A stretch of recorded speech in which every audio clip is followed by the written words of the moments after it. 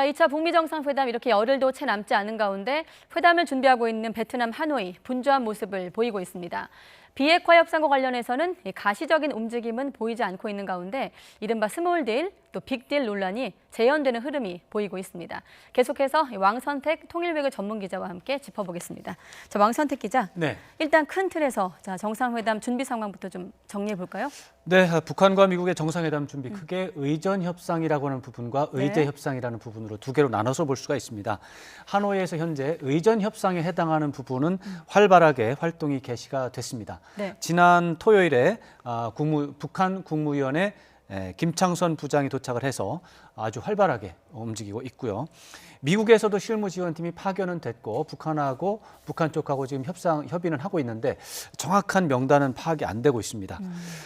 대신 의제 협상 쪽은 아직까지는 소강 국면입니다. 그래서 기본적으로는 비건 대표와 김혁철 대표가 참석하는 협상은 아마 다음 주 초가 되지 않을까 예상이 되고 그분들 말고 그 차석들의 회담이 어쩌면 내일이나 모레쯤 열리지 않을까. 그거에 이번 주란 얘기군요. 그렇죠. 네. 이제 그런 식으로 이제 예측을 하고 있고요.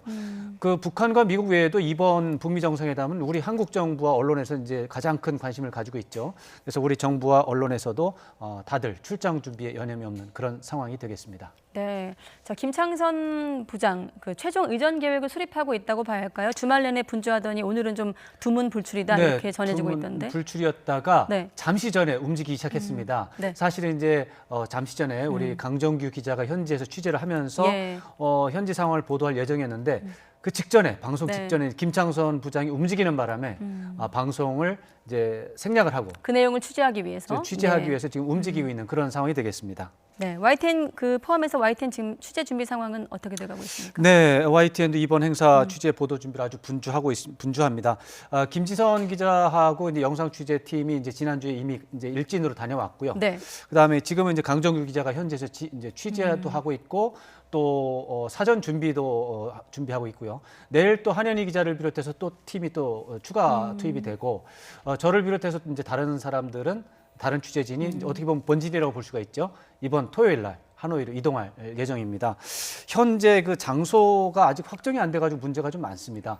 정상회담장이 어딘지, 또 김정은 위원장과 트럼프 대통령 숙소는 어딘지, 네. 이게 파악이 돼야 또 프레스 센터는 어딘지 이게 파악이 돼야 저희도 준비를 하는데 네. 이 부분이 아직 결정이 안 돼서 우리 회사 측도 지금 사실은 전전긍긍하고 있고 다른 언론사도 사정은 비슷한 그런 상황이 되겠습니다. 네, 자, 의전 준비하는 상황은 그렇고, 자, 의제에 관한 얘기가 되겠죠? 네. 트럼프 대통령 정상회담이 확정이 되기 전에도 그렇고, 확정이 되고 나서도 그렇고, 어떤 트럼프 대통령의 입에서 어떤 발언이 나올지 항상 물론입니다. 관심을 끄는 입인데요. 자, 이번에 나온 얘기가 또 스몰 딜 논란 아니겠습니까?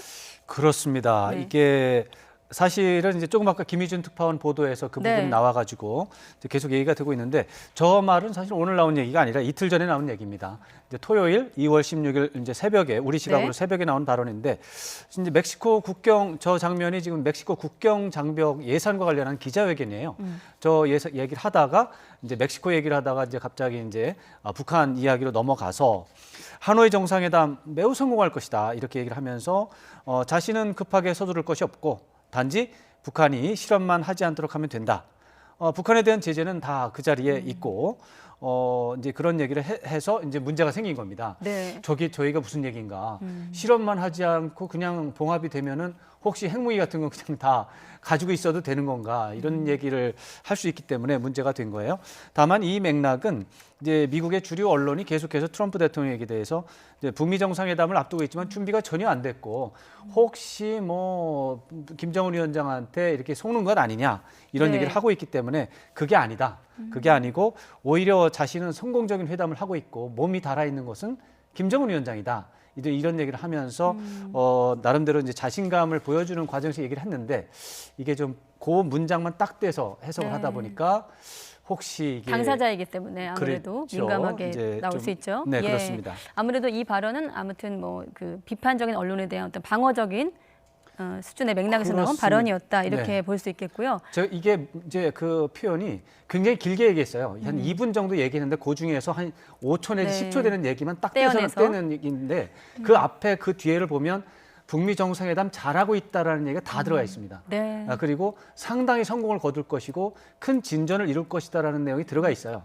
또 이 부분만 그렇게 좀 이상하게 표현이 되어 있는데 그것도 사실 영어 표현과 관련된 해석의 문제가 있습니다. 그 We just don't want testing 이게 원문입니다. 네. We just don't want testing 이 말은 뭐냐면 북한은 현재 테스팅을 이제 핵실험과 미사일 실험을 안 하고 있다. 우리는 그거 뭐 사실은 그 해석을 원문 그대로 하면 그것을 원하지 않는다. 예. 이렇게 해석을 하고 있는데 실제로 영어의 맥락에서는 그거보다는 그 북한은 그 실험을 안 하고 있다 그런 표현이 되겠습니다. 그래서 해석상에도 이제 문제도 있고 해서 네. 오해가 좀 있는데 전체적인 맥락은 협상 잘하고 있으니까 걱정하지 마라 이 얘기입니다. 자, 그러면 북미 정상회담과 관련해서 북한이 비핵화 결단 의지를 강조하고 있는데 이건 어떻게 봐야 되겠습니까? 이것도 사실은 굉장히 좀 연결해서? 특이한 문제인데 지난 13일에 노동신문에서 그런 얘기가 나왔고 오늘도 또 네. 그런 내용이 나왔습니다. 이제 김정은 위원장이 비핵화 결단을 내렸고 그런데 이것은 국면 전환을 위한 일시적인 것이 아니라 네. 전략적인 결단이다 이런 점을 강조를 하고 있고 그런데 이것은 기본적으로 이제 북미 정상회담 앞두고 미국이나 한국 쪽에서 이 뭐 김정은 위원장의 비핵화 결단이 좀 속임수 아니냐 이런 얘기가 너무 많이 나오기 때문에 네. 거기에 대해서 그게 아니다라고 하는 메시지를 강조하는 의미가 일단 있고요. 두 번째로는 트럼프 대통령에 대한 메시지일 가능성도 있습니다. 비핵화 의지가 이렇게 강하니까 상응 조치를 충분하게 거기에 해줘야 된다라고 하는 압박의 요인이 있고요. 마지막으로 북한 주민에 대한 메시지도 있습니다. 이게 북한에서 이제 핵무기라고 하는 것의 네. 의미는 미국이라고 하는 엄청난 제국주의 강대국과 이제 전쟁을 하는 과정 속에서 북한의 안보를 책임지는 그런 이제 어떻게 보면 보검이다 이렇게 설명을 해왔는데 그 보검을 없애버리는 게 비핵화 아니겠습니까? 네. 없애버리면 북한 주민들은 불안할 거 아니에요. 그 불안한 심리에 대해서 그렇게 불안할 거 없다. 김정은 위원장은 평화체제 구축이라고 하는 큰 틀 속에서 굉장히 새로운 외교를 펼쳐나가고 있고 이런 것들이 북한의 안보를 해치는 게 아니라 오히려 평화체제를 구축함으로써 북한의 안보에 더 도움이 된다라는 그런 논리를 설명하기 위해서 이런 어떻게 좀 얘기를 하는데 사실은 굉장히 특이한 내용입니다. 이게 지금까지 김정은 위원장의 비핵화 결단에 대해서 북한 언론 매체가 이렇게 자세하게 구체적으로 얘기한 적이 구체적으로 없는데. 찬양하는 쪽으로 이렇게 구체적으로 설명한 적이 없어서 아까 지금 세 가지 포인트를 말씀드렸는데 그중에 네. 어느 쪽인지는 좀 더 두고 볼 필요가 있습니다. 그럼 같은 맥락에서 좀 마지막으로 끝으로 이제 간단히 질문드리면 네. 앞서 스몰딜 얘기가 나왔는데 네. 스몰딜, 뭐 미디엄도 나오고 빅딜 그렇죠. 얘기도 나오는데 어떻게 좀 전망할 수 있을까요? 가능성을. 뭐 결론적으로 말해서 스몰 딜, 빅 딜보다는 가능성보다는 중간 미디엄 딜이 제일 가능성이 높다. 그래서 미디엄 딜로 끝날 가능성은 70% 정도 되고 네. 빅 딜 쪽은 15%, 그다음에 스몰 딜은 15% 정도인데 사실 저는 15%는 많이 준 거고요.